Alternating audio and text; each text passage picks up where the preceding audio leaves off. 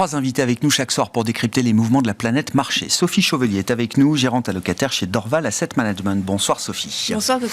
Didier Borowski nous accompagne également. Bonsoir Didier. Bonsoir. Vous êtes responsable de la recherche politique macro au sein de l'Amundi Institute et Nicolas Gunzmann avec nous également en plateau. Bonsoir Nicolas. Bonsoir. Merci d'être là. Vous êtes responsable de la stratégie macroéconomique à la financière de la Cité. Dernière semaine donc importante, on va le dire comme ça, pour les marchés, les investisseurs, avec une nouvelle série de réunions de politique monétaire et un tarif unique qui semble être le consensus pour toutes les banques centrales des pays développés qui vont se réunir cette semaine. Fed, Banque nationale suisse, Banque d'Angleterre, Banque centrale européenne. Le tarif, c'est 50 points de base désormais. Didier, est-ce que tout le monde est calé sur cette idée-là? Vous en premier lieu, Didier. Et quel type de message est-ce qu'on attend de la part des banquiers centraux au terme de cette année historique sur le plan monétaire, en vue d'un travail qu'il faudra poursuivre sans doute encore en 2023. Bon, ça semble être bien anticipé, en effet, comme vous le disiez. Le rythme de hausse de taux va diminuer. C'est anticipé par les marchés.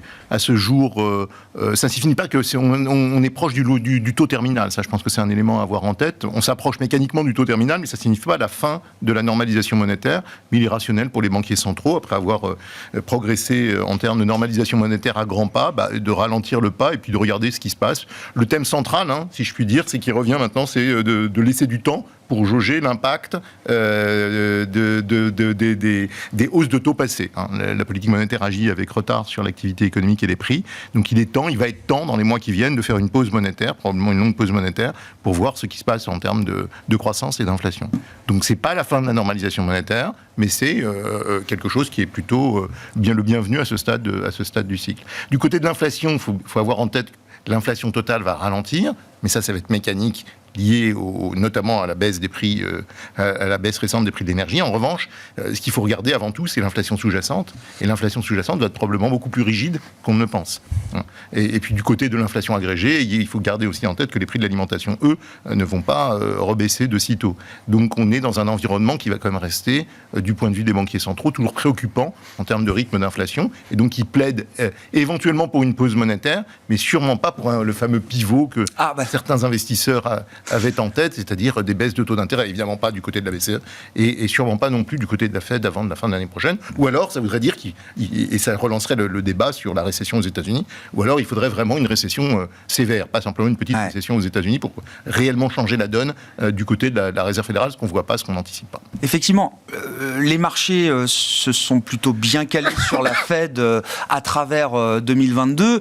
La grande contradiction qu'on voit encore pour 2023, c'est l'idée que les marchés ont de quelques baisses de taux à partir de la deuxième partie d'année 2023. Il y a peut-être 50 points de base de baisse de taux qui sont pricés dans le marché aux États-Unis pour 2023, alors que la Fed continue de nous dire non, ce sera une pause monétaire, mais ce ne sera pas un pivot. Oui, mais je pense que la Fed a vraiment pas envie de baisser ses taux d'intérêt au second semestre 2023. Donc il faudrait qu'elle soit surprise par le rythme de croissance, donc en particulier par une récession, mais pas par une petite récession, par quelque chose d'un peu plus marqué. Parce que je pense qu'à court terme, la Réserve fédérale entend faire revenir l'inflation dans les clous, au moins à un horizon prévisible, disons, d'ici la fin 2024. Donc de notre point de vue, pas de baisse de taux, sauf peut-être fin d'année prochaine. La probabilité d'une récession aux États-Unis, elle augmente, et la vraie question est de savoir quel type de récession. La courbe des taux annonce une récession. Maintenant, la courbe des taux, il n'y a pas de lien théorique entre ce qui se passe du côté de la courbe des taux et puis l'activité économique, mais on a observé en pratique que quand on a une inversion, notamment sur les segments courts, là on voit une inversion durable de la courbe des taux sur le 1 mois 10 ans, généralement ça, c'est quand même le prélude à un ralentissement assez marqué de la croissance. Je crois qu'on l'a en tête. Maintenant, c'est quel type de récession on va avoir. A priori, pour nous, ça va être une petite récession. En revanche, la vraie question, c'est de savoir quel type de croissance on va avoir en moyenne en 2023 et 2024. Et de notre point de vue, même si on a une petite paille de récession, ça va être une croissance très lente, bien inférieure au potentiel. Et ça, c'est pas compatible forcément avec une baisse des taux. Un petit ajustement à la baisse des taux à un certain moment. Mais vous dites certainement pas parce que la récession, ou en tout cas une récession technique, pousserait la Fed à baisser les taux dès la deuxième partie d'année 2023. Beaucoup plus qu'une récession technique. Et ça, vous l'avez pas en scénario central, en tout cas pour 2023. Une petite récession technique est possible l'année prochaine. Est-ce que ça suffira à enclencher un mouvement de baisse des taux? On en doute. Alors peut-être, s'ils vont un peu trop fort à court terme, baisser 25-50, mais un vrai cycle de baisse de taux ne s'entend pas dans ce type de configuration. Nicolas, comment vous résolvez effectivement ce qui peut apparaître comme une contradiction? Il y a une partie du marché, je sais pas, le marché action par exemple, qui veut voir un soft landing de l'économie américaine l'an prochain. Les marchés actions américains sont pas cheap non plus de ce point de vue-là. Et puis un marché obligataire qui, lui, dit peut-être qu'on passera par une case de récession plus sévère que ce qu'on imagine, qui pousserait la Fed à rebaisser ses taux assez rapidement après une dernière hausse de taux qu'on peut situer peut-être au tournant du premier trimestre 2023 ou début du deuxième trimestre. Oui, je pense qu'il y a encore un autre scénario qui peut exister, c'est le fait d'avoir éventuellement une économie qui reste forte, comme elle est aujourd'hui extrêmement forte aux États-Unis encore et toujours, d'avoir une situation où l'inflation se réduit graduellement et de façon satisfaisante du point de vue de la Fed sans que ça ait d'impact. Et en fait, cette simple réduction de l'inflation satisferait la Fed pour pouvoir éventuellement corriger la situation. Parce que si je regarde à peu près les estimations, pour la Fed, ce qui est important, c'est d'avoir des taux qui soient positionnés par rapport à un taux qui est le taux neutre, c'est-à-dire le taux à partir duquel on restreint l'économie ou on supporte l'économie. Ce taux neutre, dans un papier de la Fed qui a été sorti le 1er décembre, il est estimé aux États-Unis à 2,50%. Donc aujourd'hui, on est à 4%, on est 1,50 au-dessus. Alors on peut se dire que c'est assez restrictif, mais si je regarde le niveau de la demande domestique américaine, c'est-à-dire en gros, si je prends la consommation, les investissements plus les stocks, pour essayer d'évaluer la politique monétaire, parce que la politique monétaire oriente directement la demande domestique. La demande domestique aujourd'hui, elle a 7%, elle est 7% au-dessus de sa tendance, c'est-à-dire en gros, la demande domestique américaine a 2 ans d'avance sur ce qu'elle devrait être aujourd'hui. Donc, on va dire que le niveau de marge de la Fed pour pouvoir monter ses taux sans avoir à casser l'économie, parce que justement on est tellement en avance aujourd'hui qu'il est assez confortable, on va dire, du point de vue de la Fed, et que même si effectivement elle peut provoquer un ralentissement ou même une baisse ou une petite récession, l'économie va rester au-dessus de son potentiel de façon durable, et donc ça reste relativement satisfaisant, et d'avoir des situations de l'emploi qui sont également très satisfaisantes. Et donc c'est pour ça effectivement que eux maintenant choisissent effectivement de ralentir le rythme, de passer à 50 points de base avec une communication qui, je dois le dire, en comparaison par exemple avec ce qui se passe chez nous, qui est quand même relativement clair de leur côté, c'est 50 points de base, et ça ne sera pas autre chose a priori. Avec ensuite, effectivement, un doute sur quel va être le niveau de taux terminal. On le saura à peu près, on devrait le savoir mercredi soir, en tout cas les estimations. Par contre, je pense qu'il y a une différence entre le taux qu'ils vont dire, c'est-à-dire en gros, ils vont estimer qu'effectivement le taux va rester par exemple entre 5 et 5,25 pendant toute l'année 2023. Ouais. Mais je pense qu'ils veulent communiquer le fait qu'ils veulent garder ce niveau-là, mais ça ne veut pas dire qu'ils vont le faire. Parce que, encore une fois, bien sûr. Le monde peut changer très vite pour une banque centrale. Oui, même je pense qu'ils peuvent même penser qu'ils vont baisser les taux pendant l'année prochaine, tout en voulant dire aujourd'hui au marché qu'ils ne veulent pas baisser les taux, parce qu'il est important pour eux de communiquer au marché qu'ils veulent conserver des conditions financières qui soient suffisamment strictes, en tout cas pour freiner l'économie à court terme, et d'évaluer ensuite au fur et à mesure l'impact que ça peut avoir sur l'économie, et éventuellement de s'ajuster par la suite. J'entends. Et ça mettra... mais qu'est-ce qui pourrait les amener à baisser les taux l'an prochain ? Une réduction rapide de l'inflation à des niveaux qui permettraient déjà de baisser les taux en deuxième partie d'année 2023 ? L'idée, c'est, en gros, tout le monde a été surpris par la rapidité et l'ampleur de la hausse de l'inflation.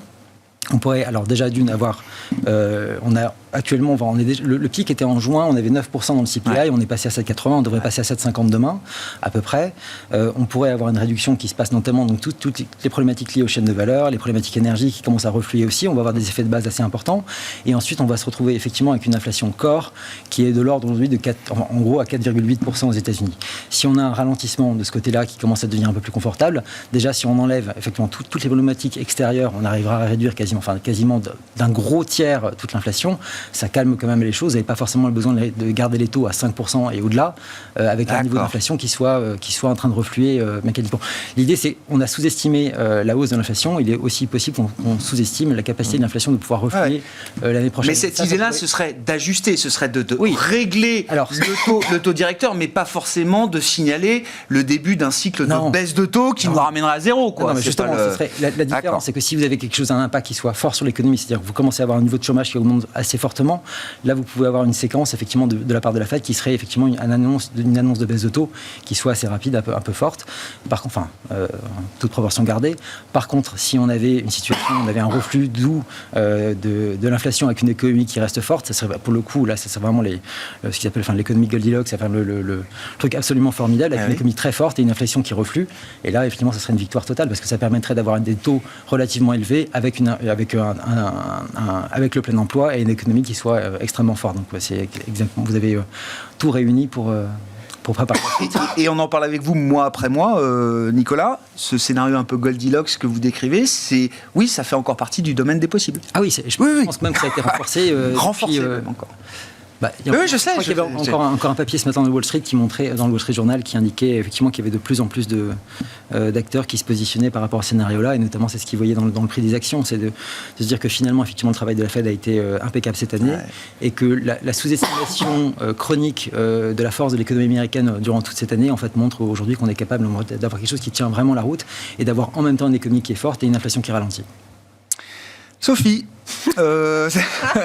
est-ce que l'histoire de l'inflation, quand même, pour les investisseurs et les marchés, se termine maintenant, ou est-ce que non, c'est une histoire qui va nous accompagner encore longtemps à travers 2023 ? Il y a le train de l'inflation qui passe, il y a le train de la récession qui arrive. On a l'impression qu'on est un peu entre les deux pour dire des choses. On a une fenêtre claire de désinflation, donc ce qui a été très très bien explicité, qui vient principalement de l'offre et du reflux des matières premières. Donc voilà, donc on est dans cette dimension. Les tensions inflationnistes qu'on continue à observer aujourd'hui sont des tensions principalement liées à l'emploi aux États-Unis. Et ça va mettre un petit peu plus de temps, effectivement, à refluer.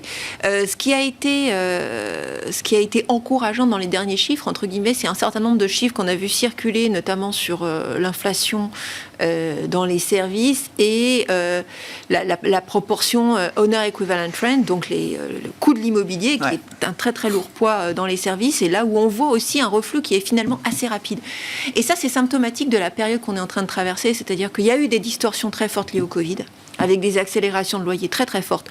Or, normalement, quand l'immobilier à l'achat ralentit parce que les taux montent, les loyers ont plutôt tendance à monter parce que les gens évitent d'acheter et se reportent vers les loyers. Or là, on a un phénomène inverse, des loyers qui baissent. Donc on a une situation assez inhabituelle, assez paradoxale, et qui contribue aussi à cette fenêtre d'opportunité des inflationnistes, et donc à ce sentiment un petit peu Goldilocks. C'est-à-dire qu'on a l'impression, effectivement, que quand on voit cette inflation corps avec une composante nouveau loyer, c'est-à-dire on est déjà pratiquement revenu assez proche, quelque part, des cibles de ce qu'on veut voir, de ce que la Fed veut voir. En tout cas, d'un niveau un peu plus confortable. Elle le sait, la Fed, ça. Voilà. Elle le voit, j'imagine. Absolument, et elle en a parlé, d'ailleurs. Elle le sait, elle le voit, elle en a parlé, et ça contribue aussi du sentiment, enfin de l'amélioration du sentiment sur les marchés. Ce qui est important, c'est qu'aujourd'hui, effectivement, en tout cas dans les taux sans risque, la séquence est bien intégrée. Donc ça aussi, c'est un vecteur de confort. Alors la pause récente, c'est parce qu'effectivement, les derniers chiffres d'inflation ont marqué un léger rebond. Bon, voilà. Et on avait parcouru un bon chemin. Nous, on est plutôt sur l'idée que... effectivement, l'économie est très très résiliente et qu'on n'est pas à l'abri, entre guillemets, donc là, effectivement, d'une fenêtre de désinflation, mais d'une économie qui reste soutenue et finalement d'une inflation qui se stabilise sur un niveau trop élevé. Et ça, c'est un risque, c'est un scénario de risque à considérer, important. Mais qui même... Nous, on est plus proche de ce scénario-là. Et d'accord. L'inconfort de ce scénario-là, c'est les taux. D'accord. C'est-à-dire que là, on a eu effectivement un rallye obligataire assez important. On est revenu sur le 10 ans aux alentours de 3,5. On est à 3,5 là. Et on voit dans ce mouvement finalement un peu de complaisance. C'est-à-dire qu'il y a déjà finalement le marché, en tout cas obligataire, avec un mélange de pessimisme, et puis effectivement... De soulagement. Voilà, oui. De soulagement, mais de pessimisme aussi. Et à emmener un peu loin. Voilà. Et donc ça, c'est... Et donc on n'escompte pas ce risque, ou ce risque important, effectivement, que la pause monétaire ne soit pas suffisante et que peut-être... le mouvement suivant, un petit peu plus et oui, soit peut-être une hausse plutôt qu'une baisse. Voilà, exactement. Mais ça, on le saura que l'année prochaine, dans le courant de l'année prochaine. Et pour l'instant, on est un petit peu entre les deux. C'est-à-dire, est-ce qu'on continue à avoir une résilience de l'inflation et peut-être un peu trop de résilience, et puis éventuellement une contribution de la Chine sur les matériaux, donc on aura l'occasion de parler après, éventuellement. Ou alors, est-ce qu'on a un ralentissement plus marqué, et auquel cas, la courbe de taux le price bien, la Fed fait la pause, peut-être baissera, mais bon. On est un peu dans un monde un peu 50-50 pour l'instant. Ouais. Oui, non, je partage le fait. En tout cas, on n'achète pas trop le scénario où on aurait à la fois une croissance qui se maintient fortement et une désinflation marquée. De deux choses une. Soit la croissance résiste bien, et à ce moment-là, on va avoir une inflation sous-jacente qui va probablement être beaucoup plus ancrée que ce qu'elle était par le passé. Et donc, de toute façon, on se prépare de notre point de vue à une décennie d'inflation structurellement plus élevée. Et auquel cas, la Réserve fédérale pourrait, après une pause, continuer à normaliser sa politique monétaire. Je partage complètement cette idée, que la pause ne signifie pas qu'on a atteint le taux terminal nécessairement. Et deuxièmement, plus que le taux neutre, je pense qu'il faut regarder regarder, enfin il faut le regarder en tout cas en parallèle, il faut regarder aussi le taux d'intérêt réel des Fed Funds déflaté par l'inflation sous-jacente.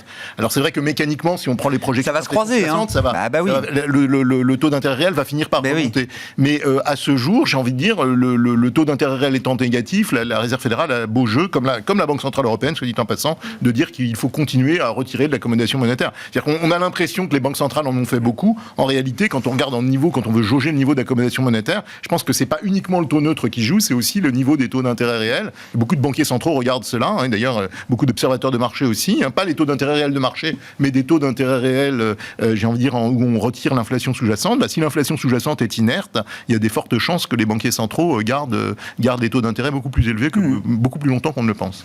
Sur cette inertie de l'inflation, Nicolas, ça m'amène à la réflexion que alors, ce qu'on a vu en termes de choc monétaire en 2022, évidemment, c'est historique, d'une intensité historique, etc. Mais à partir du moment où la Fed a fait tomber la barrière mentale de oui, il faut monter les taux et il faut les monter vite et fort, le front-loading, chaque décision a été assez mécanique.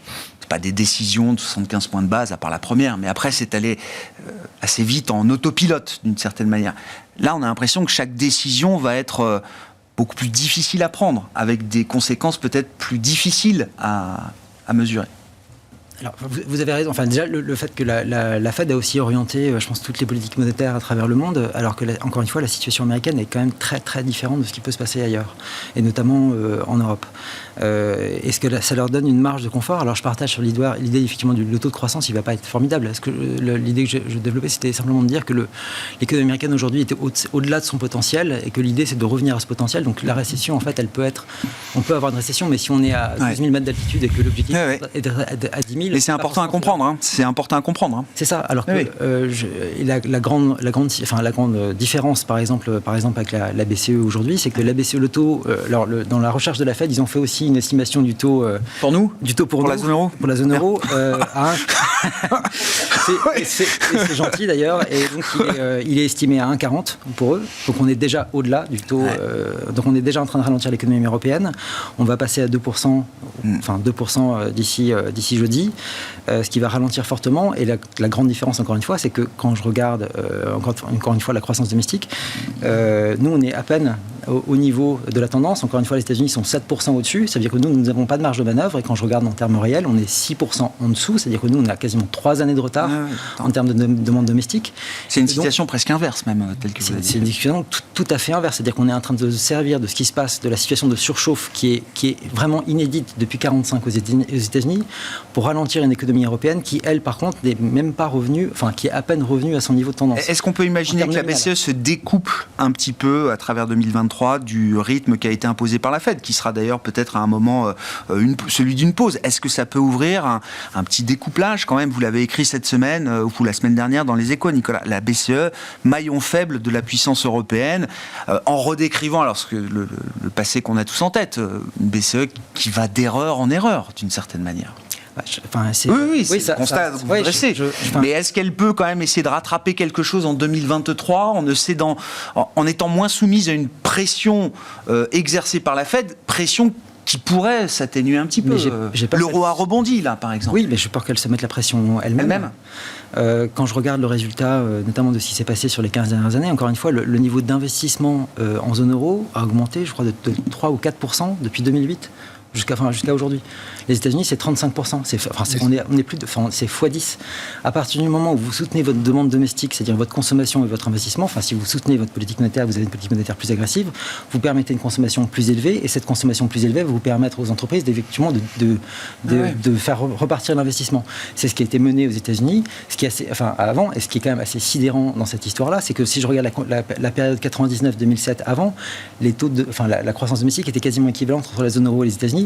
Pas tout à fait au même niveau, mais quasiment équivalent. Ce qui veut dire qu'on est capable de le faire, et que les choix de politique monétaire qui ont été faits post-2008 en zone euro ont conduit à cette situation-là aujourd'hui, et que malheureusement, je crains qu'on soit effectivement en train de répéter ces histoires-là aujourd'hui, alors que la Fed, encore une fois, est dans une situation très différente. Et quand je regarde la situation aujourd'hui, par exemple, quand on regarde par exemple la compensation par salarié en Europe, on est en baisse de 5,5% sur un an. Si je regarde pour l'Allemagne, on est à moins 7% sur un an pour les salaires réels par tête. Oui, bien sûr. si je regarde ce qui se passe en France aujourd'hui, la consommation alimentaire en France, aujourd'hui, en termes réels, elle est à moins 7,7% en dessous de ce qu'il y avait l'année dernière. Mais le choc, il est gigantesque. C'est-à-dire que depuis 40 ans qu'on a les données de la consommation alimentaire en France, le plus gros choc, c'était 92 avec une baisse de 2,5%. On a un choc qui est 3 fois plus important. Aujourd'hui, en termes de consommation alimentaire, c'est pas quelque chose c'est pas du superflu dont on parle aujourd'hui. C'est-à-dire que la baisse de pouvoir d'achat aujourd'hui, elle est conséquente aujourd'hui en Europe. Elle est masquée parce qu'on calcule avec les chiffres du PIB qui sont des chiffres de production. Mais quand on regarde en termes de pouvoir d'achat, c'est déjà effectivement très très puissant ce qui est en train de se passer en Europe. Et que si on casse la consommation, on va casser l'investissement et donc on casse la possibilité d'avoir une croissance future en Europe. Il n'y a pas que la BCE qui détermine les conditions favorables à l'investissement. Il y a aussi la politique budgétaire, fiscale, qui sont aussi des facteurs importants. Vous l'avez écrit, Nicolas. Non, bien entendu. Voilà. Bien entendu. Mais sur la partie monétaire, elle n'est pas toute seule. Et même, on pourrait dire quand même, c'est quasiment la responsabilité quasiment totale des gouvernements qui, eux, définissent la stratégie macroéconomique du continent et qui pourraient donc assigner à la Banque Centrale Européenne une cible d'autres objectifs. Voilà. Oui, je vais me faire l'avocat du diable, si tant est qu'il y a un diable. Non, mais parce qu'il est difficile de soutenir le fait que la demande interne a été insuffisante depuis 10 ans en zone euro par du fait de la politique monétaire. La politique monétaire a été extraordinairement expansionniste. Je crois pas. À travers les QE, à travers les achats de titres, etc. Tardivement, on avait des taux d'intérêt Didier, peut-être. Négatifs. On a eu des taux négatifs. Donc, fondamentalement, je crois que la divergence que vous notez à juste titre, de demande interne entre la zone euro et les États-Unis n'est pas liée à la politique monétaire. Elle est liée à des structures productives, à des réformes structurelles qui sont insuffisantes, etc. Mais j'ai du mal à croire, en tout cas, qu'on puisse vraiment avancer l'idée que la politique monétaire a été insuffisamment accommodante au cours des années passées, et deuxièmement qu'aujourd'hui on aille face à une erreur de politique monétaire quand on a des taux d'intérêt réels aussi négatifs. Il y a quand même l'idée de normaliser. Elle a été beaucoup accommodante, mais est-ce qu'elle l'a été au bon moment ? Non, mais après, il y a des problèmes de timing. Oui. On n'a pas fait juste après 2008 ce qu'il aurait peut-être fallu faire, mais ça, c'est un autre débat. On ne va pas revenir sur le débat de 2008. Mais si on regarde depuis 2015, on a eu une politique monétaire extraordinairement accommodante. Et malgré tout, on a un investissement, une demande interne qui est en panne. Et si on voit, à juste titre, là, on voit en effet des pertes de pouvoir d'achat, et je suis complètement d'accord, un choc sur la consommation qui est très important. Je veux dire, la consommation des ménages, le pouvoir d'achat chute, etc. Mais ça, c'est difficile de dire que c'est lié à la politique monétaire. C'est pas lié du tout à la politique monétaire. C'est un choc de termes de l'échange, c'est une montée des prix de l'énergie, et donc mécaniquement, on a des baisses de pouvoir d'achat, et la politique monétaire n'y est pour rien. Donc l'affaiblissement de la consommation n'est pas lié à la politique monétaire, et je crois pas qu'on puisse dire que le durcissement récent de la politique monétaire puisse vraiment freiner l'activité en zone euro. Je fais très vite sur la 2015-2019. En fait, on a eu effectivement les périodes de QE, mais en fait, ils ont commencé à retirer le QE et à s'arrêter à partir du moment où l'inflation anticipée était revenue seulement à 1,7%. C'est-à-dire qu'il n'y a pas eu du tout l'idée de communiquer de la part de la BCE qui voulait aller plus loin que ça. On n'a pas laissé se développer l'idée de la surchauffe, etc. Et sur ce qui se passe aujourd'hui, la grande différence avec la Fed aujourd'hui, c'est qu'effectivement, aujourd'hui, on a le pouvoir d'achat qui augmente pas qui augmente, mais qui arrive à se stabiliser aux États-Unis parce que la croissance des salaires est suffisamment forte pour pouvoir compenser ça. Ce qui veut dire que la demande est suffisamment forte et que nous, on est en train de restreindre aujourd'hui le niveau de la demande aujourd'hui, alors même que cette demande est en train d'être détruite par l'inflation et que donc on pourrait compenser par une demande supplémentaire. Sophie. Je suis d'accord et pas d'accord, mais il y a des enjeux d'impulsion budgétaire qui ne sont pas les mêmes et qui sont pas au même rythme, qui se poursuivent en ce moment en Europe alors qu'elles sont interrompues aux États-Unis, puisque là on est au point haut de la contraction budgétaire aux États-Unis, donc il y a des effets de décalage. Et il y a surtout des différences réglementaires aussi qui peuvent expliquer en grande partie le côté plus business-friendly quand même, l'incitation à l'investissement aux États-Unis. On voit dans le débat, qui est un débat intéressant en ce moment, qui a justifié d'ailleurs un déplacement de M. Macron, la question des relances vertes. Enfin, c'est gentil, mais l'investissement dans l'hydrogène, il y a un certain nombre d'entreprises qui disent finalement, ThyssenKrupp ou autre, je vais aller faire aux États-Unis parce que là-bas j'ai eu plein d'incitations avec le plan IRA, donc Inflation Reduction Act Reduction Act, pardon, et plutôt que le plan européen où pour me valider un projet, il y a plus de 3 ans de débat et parce que la réglementation n'est pas prête, alors qu'aux États-Unis, en 6 mois, j'ai mon impulsion. Pas juste une question de montant, quoi. Donc il y a quand même la BCE.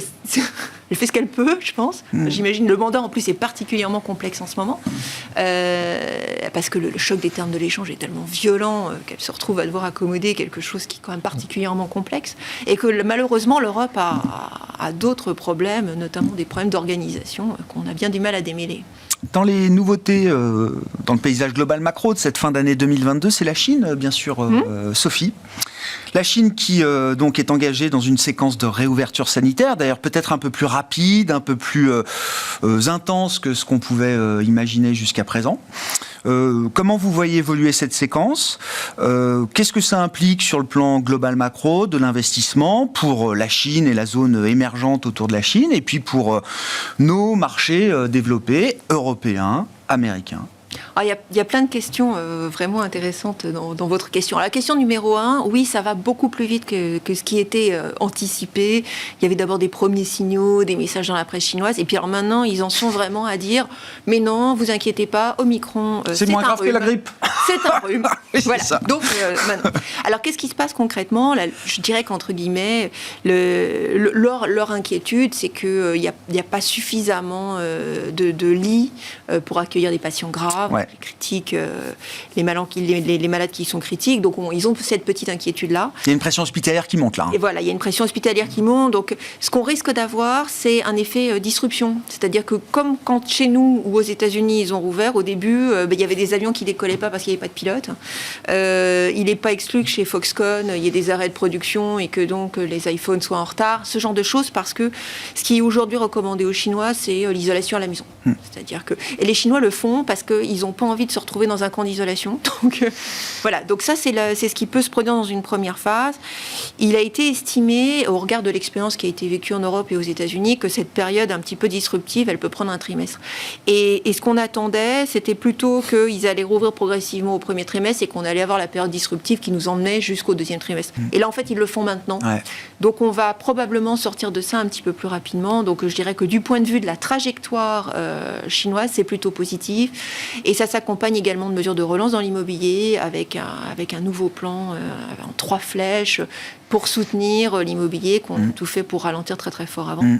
Alors ça sera moins fort que ce qui a pu être fait dans le passé, parce que de toute façon la tendance de demande immobilière en Chine est déclinante, la population est vieillissante, les gens sont déjà très très propriétaires de leur logement, donc on a une tendance déclinante, mais malgré tout on va favoriser au moins une stabilisation de ce marché. Donc ce ne sont que des éléments positifs. Alors la question pour la Chine, boursièrement, et puis pour la région, est-ce qu'on revient en Chine? Alors c'est super intéressant parce que c'est difficile de notre point de vue. Je pense que chez Amundi, c'est aussi quelque chose que vous connaissez bien. C'est-à-dire que la Chine est devenue relativement ininvestissable. Voilà, donc la Chine, on a très très peur d'un problème type russe, etc. Donc on a envie, bien entendu, parce qu'on a envie d'accompagner ce mouvement. On ne sait pas quelle sera l'ampleur du mouvement. Alors sur l'ampleur du mouvement, il ne faut pas oublier que l'excès d'épargne qu'on a eu dans les pays développés, il est à peu près similaire en Chine, parce qu'ils n'ont pas eu les mêmes plans de soutien, mais ils ont passé 3 ans sous cloche. Donc aujourd'hui, quand on voit les stocks d'épargne, il y a effectivement de quoi faire. Avec un effet richesse immobilier quand même qui a été sévère. Alors, non les prix n'ont pas baissé tant que ça. Les prix ont baissé un peu, il n'y a plus de transactions, mais enfin, c'est pas non plus... Donc net, le bilan du ménage est quand même plutôt solide. Alors, le ménage est endetté. Ouais. C'est-à-dire qu'il ne va pas aller refaire plein d'immobilier, mais enfin, il a quand même une épargne assez importante qu'il peut dépenser. Et ça, on va savoir, on aura un peu de visibilité là-dessus, sûrement au moment du Nouvel An chinois. Bien sûr. C'est-à-dire qu'en début d'année prochaine, on va voir à quel point les déplacements... Le trafic reprend. En bien ou pas, les ventes, etc. Donc là, on aura une lecture un petit peu plus claire de comment tout ça évolue, mais disons qu'entre guillemets, ça prend le bon chemin. Alors, qui en bénéficie le plus? Ça peut être un game changer, oui, effectivement, pour des industries, des secteurs, alors, qui en bénéficie, y compris chez nous. Déjà, le tourisme. Alors, les premiers débouchés, c'est Hong Kong et la Thaïlande. Donc, c'est vraiment sur la zone asiatique qu'on trouve les premiers débouchés. Singapour, la Malaisie, et puis, dans une moindre mesure, le Japon. Donc là, c'est vrai, ce sont les débouchés proches, enfin Macao bien sûr, mais ce sont les débouchés proches, les destinations naturelles pas trop lointaines, où on peut imaginer que les touristes chinois vont d'abord retourner. Du point de vue du commerce, là c'est tous les partenaires, Taïwan, donc Asie du Nord, Taïwan, Corée, Singapour aussi sur le commerce, donc ces partenaires-là.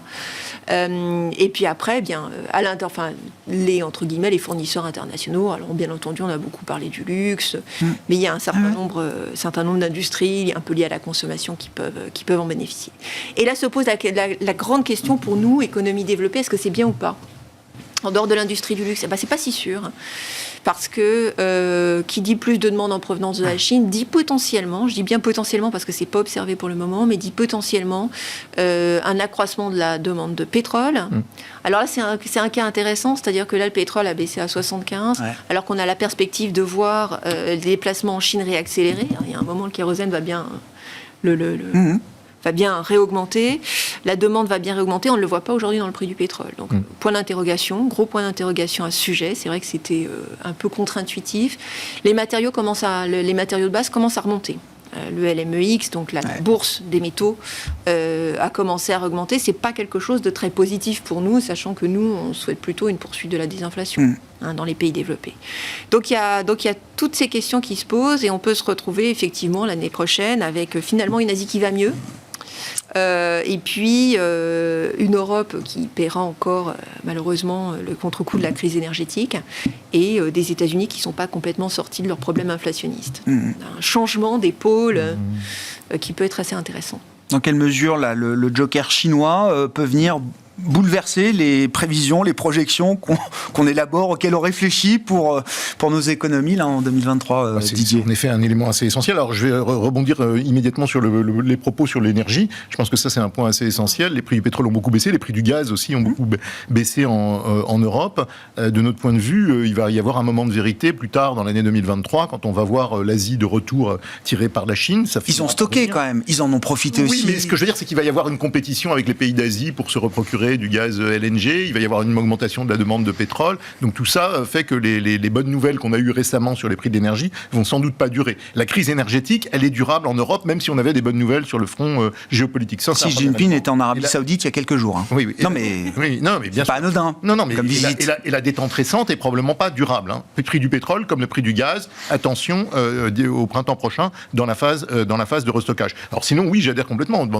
Pendant quelques mois, il y a un grand point d'interrogation sur ce qui va se passer en Chine, parce qu'évidemment, ils rouvrent l'économie, on ne connaît pas l'état de la population, donc on peut avoir en effet des gens qui se calfeutrent chez eux dans un premier temps, et donc pas vraiment de reprise très marquée, mais ça va plutôt dans le bon sens. Et puis ça va dans le bon sens, et le pragmatisme a fini par l'emporter sur le dogmatisme.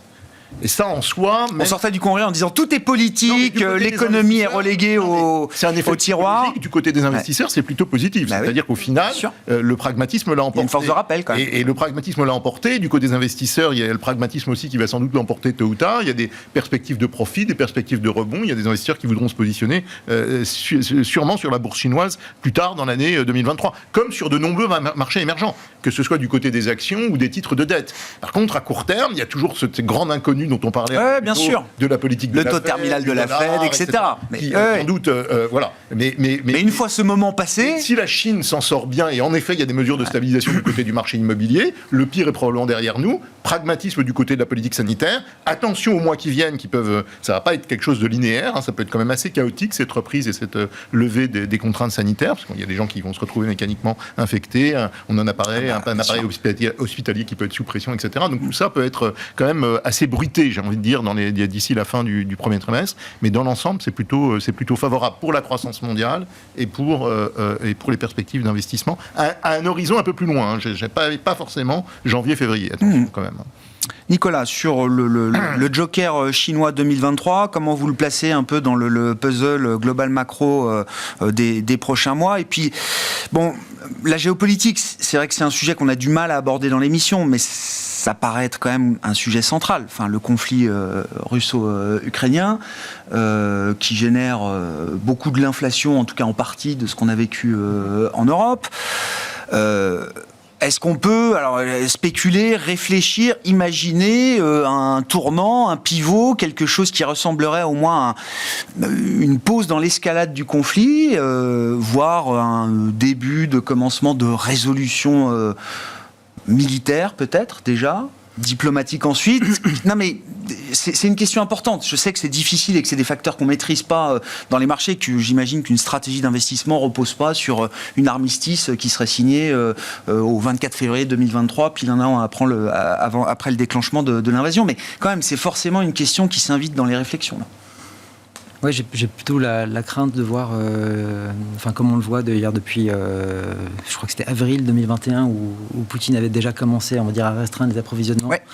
Oui, Gazprom jouait déjà avec le niveau de livraison du gaz. Quasiment un an avant le conflit, et que cette arme géopolitique donc de l'énergie de la part de Poutine soit encore une arme qui pourrait être utilisée pour la suite. Alors donc on voit déjà, ils sont déjà en train de réfléchir pour voir comment ils veulent réagir à ce qui a été mis en place, donc l'embargo du G7 de la semaine dernière, qui d'ailleurs a été quand même considérablement amenuisé dans ses effets, c'est sans doute ça aussi qui a permis, on va dire, une accalmie sur les prix du pétrole, parce qu'en fait dans le projet de base, en fait, il était question de bannir en gros les sociétés d'assurance qui assuraient, donc de les bannir à vie. du système. Alors maintenant, maintenant, ça serait un bannissement seulement de 90 jours. Donc ça reste quand même relativement light comme sanction, et ce qui permet, on va dire, en gros, d'avoir une pression au moindre sur les prix. Donc moi, j'ai plutôt peur d'avoir effectivement en tout cas une situation énergétique qui soit troublée encore de la part de Vladimir Poutine, ce qui peut être le plus intéressant. Quelle que soit l'évolution du conflit, vous voulez dire, d'une certaine manière. Oui, c'est toujours de jouer la division, notamment dans le camp atlantique et dans le camp occidental. Et ensuite, je pense que ce qui va être particulièrement intéressant, c'est de voir quelle va être la réaction des pays de l'OPEP et de voir s'ils continuent d'avoir une espèce une coalition qui soit aussi marquée avec la Russie, qui va perdurer ou pas. J'ose espérer que ce ne sera pas le cas pour la suite. Et je vois, notamment pour revenir un peu sur la question de la Chine, par contre, c'est ça qui, notamment sur la question chinoise, qui m'inquiète sans doute le plus, c'est de voir le niveau d'engagement, on va dire, des États-Unis vis-à-vis de la Chine. On voit et qu'il est aujourd'hui quand même très difficile d'essayer d'imaginer quel peut être l'impact déjà de la législation qu'ils ont mis en place il y a 1 mois et demi aujourd'hui pour contraindre, on va dire, d'arrêter la livraison des semi-conducteurs en Chine. On sait que la semaine dernière, ils ont obtenu un accord des Néerlandais, donc de ASML, qui ne livrera plus de machines en dessous de 14 nanomètres aux Chinois. Et donc de voir une Chine qui sera privée de tout le matériel de haute technologie, de dernière avancée, aussi bien américain que donc néerlandais, on va dire du reste de la planète, ça va être très difficile pour eux également. Je pense que ça pèsera sur la croissance à long terme, au-delà du conflit qu'on peut avoir avec les Américains, mais on voit aussi, notamment, il y avait encore une interview de Gina Raimondo, donc la secrétaire au commerce aux États-Unis, ils n'ont pas de mots assez durs, je crois, aujourd'hui vis-à-vis de Pékin, et que donc la perspective de voir la Chine se sortir, il n'y a pas de retour comme avant. Tout ça est fini maintenant.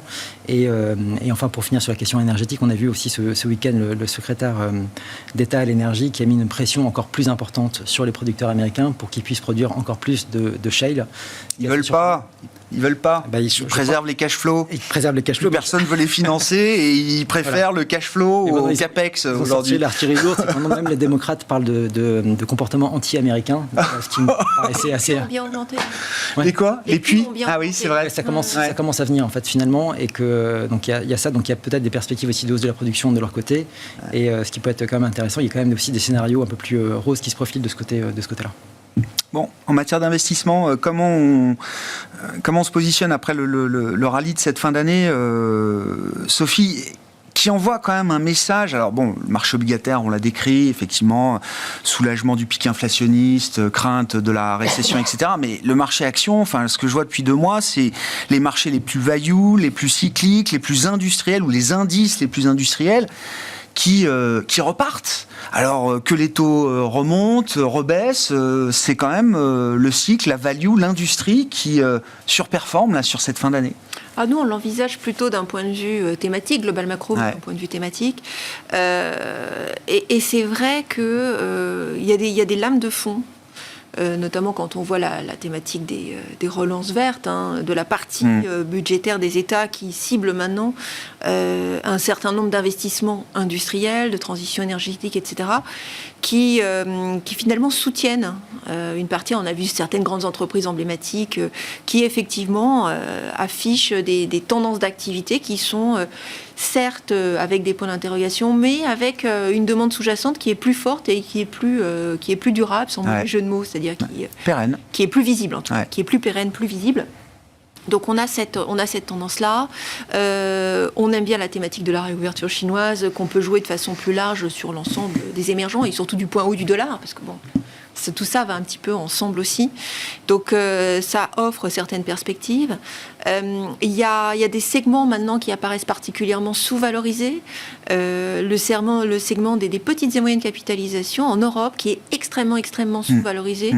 Qui n'a rien rattrapé. Qui n'a rien rattrapé du tout. Alors qui a effectivement une prime de liquidité, mais quelque part, si on a accepté d'aller prendre du crédit en oubliant qu'il y avait aussi potentiellement un stress de liquidité sur le crédit, on finira peut-être par arriver jusqu'aux petites et moyennes capitalisations.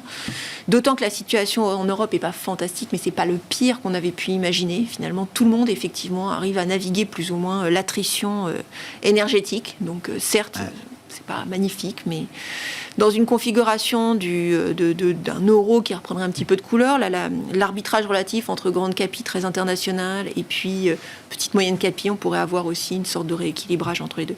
Donc il y a il y a un champ opératoire en fait qui... Ouais, c'est pas négatif comme perspective, hein, de ce point de vue-là. Enfin, quand j'écoute les perspectives d'investissement. Voilà. Encore une fois, parce que nous, on n'est pas sur un scénario noir en termes de tendance économique. Hein. Ouais. On est dans cette fenêtre de désinflation avec la perspective finalement d'une activité qui pourrait rester un petit peu plus soutenue. Mais voilà, mais d'un point de vue directionnel pur, effectivement, bon là, on a une petite pause après un mouvement assez fort. Mais disons qu'il y a un certain nombre d'idées qui commencent à émerger et qui vont prendre corps au fur et à mesure qu'on avance dans l'année 2023. Bon. Donc, on aime bien commencer à aller explorer. Bien sûr. Il y a des choses à aller on retrouve des idées enfin au terme de cette année 2022. Ah bah, bien sûr. Enfin, on retrouve des idées. Ouais. On s'arrêtera là pour ce soir. Merci à vous trois. Merci d'avoir été les invités de Planète Marché. Sophie Chevelier, Dorval Asset Management, Nicolas Gottsman, la financière de la Cité, Didier Borowski, Amundi Institute étaient nos invités en plateau.